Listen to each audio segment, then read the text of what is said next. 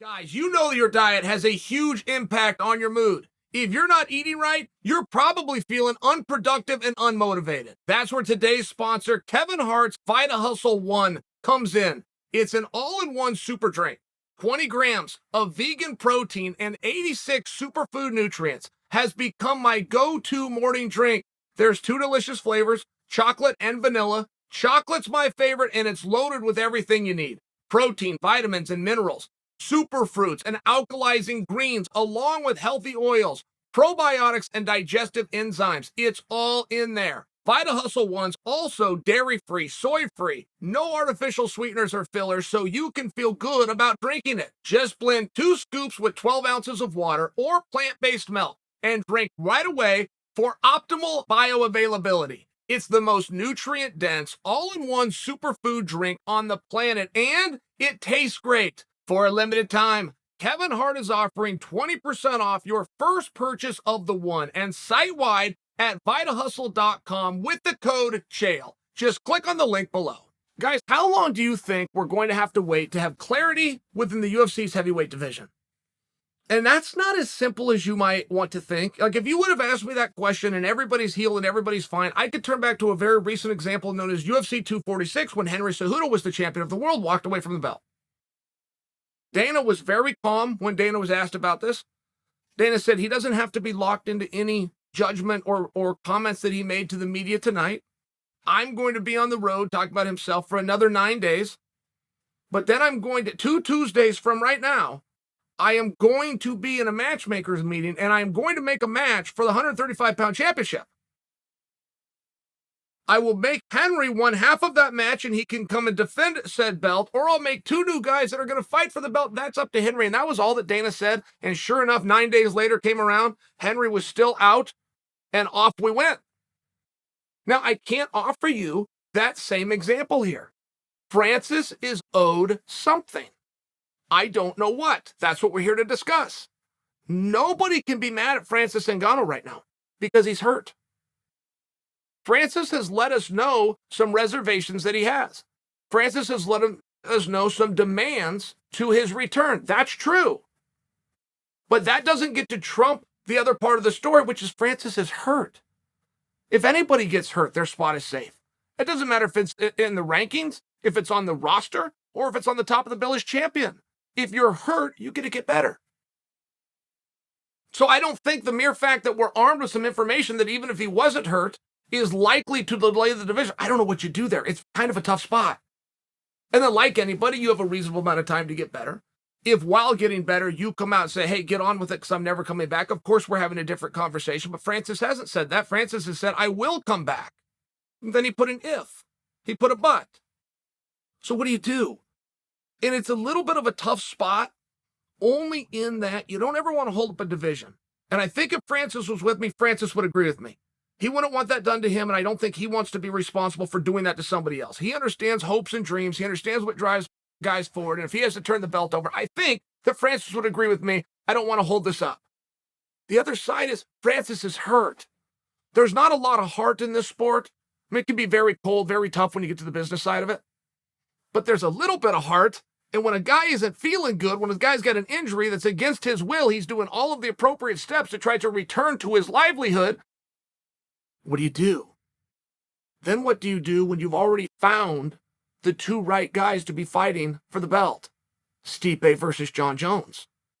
I think we all agree that needs to be a title match. We do get to have a meaningful and spirited discussion on whether that's an interim title match or if that's for the undisputed belt. And that's where it comes back to Francis.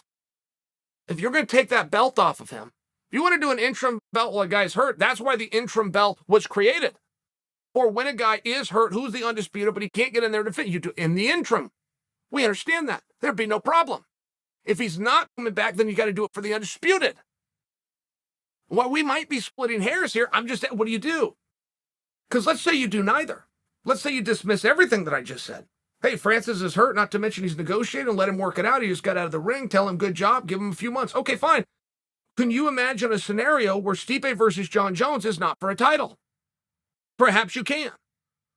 But if you can imagine that, what else can you imagine? That it's not a main event, that they're going to fight for 3 rounds, that they're jerking the curtain for somebody? most decorated heavyweight of all time against the most decorated light heavyweight of all time. And I'm not talking about me and Fedor for a new time, but these two. What do? I think we all believe that needs to be for a belt. I think we all know that's going to be a main event. I think we all know that that's on pay-per-view. They need to be scheduled for up to 5 rounds. Do you make it the interim championship? Do you make it the undisputed championship? And it really matters that we know which one. If you're looking to solve a problem that is Francis' inability or unwillingness to come back and compete, you got to get on with it. The other side, Francis, no matter what, no matter where you sit on this, Francis is owed an ability to heal. He could be griping and negotiating. He could do this however he wants. He's hurt. He's hurt. Dominic Cruz got hurt one time. Got an ACL healed, goes back into training, tears the other ACL before he ever returned to comp. Now he's got another 8 or 9, 10 months to deal with it. It was 3.5 years before Dom got back in there. And Dana was definitely confronted with along the way, what do I do? Do I strip him? How much time can go by where I let him have the belt? Because letting him have the belt, which was the kind thing to do, has a byproduct. And the byproduct is you got these other guys with the same dream sacrificing just as much, trying to showcase their skills. They can't have the one thing that they got in this business in the first place for, right? So you see where it's tricky? The Dominic example was a while ago. I wouldn't be stunned if somebody asked Dana about this, and Dana said, well, I actually learned from that. I think that perhaps that is why we saw such a quick turnaround to the interim championship that Ciryl Gane was able to go out there and capture. I think that's why we saw such a quick turnaround in the interim championship that Colby Covington was out there and able to capture. I think it all is predicated maybe back to the time period of when Dominic Cruz, not Dominic's fault, very sad, but a delay of 3.5 years. I think maybe we learned that, no, it's got to be a little quicker than that. When Dominic comes back, we can fix this. We can give him the same opportunity. We can make sure this is right with everybody. Tough spot. Tough question. I don't have the answer. I'm not answering a question right now. I'm asking a question, but what do you guys think? Do you think that Jon Jones and Stipe fight and it's not for a belt? Do you think that? Do you think Jon Jones and Stipe even should fight if it's not for a belt? So if we agree that it needs to be an interim championship because we're armed with the fact that Francis is out for 2 reasons. 1, the negotiating that Francis has been nice enough to share with us, and 2, he's hurt. He has the right to be out. You can be as mad as you want at the negotiating.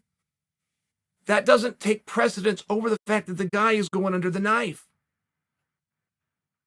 So how long do you believe this is going to be until this gets resolved? Because we all want to see Jones and Stipe, don't we? But we can't see Jones and Stipe until we can establish what the fight is for.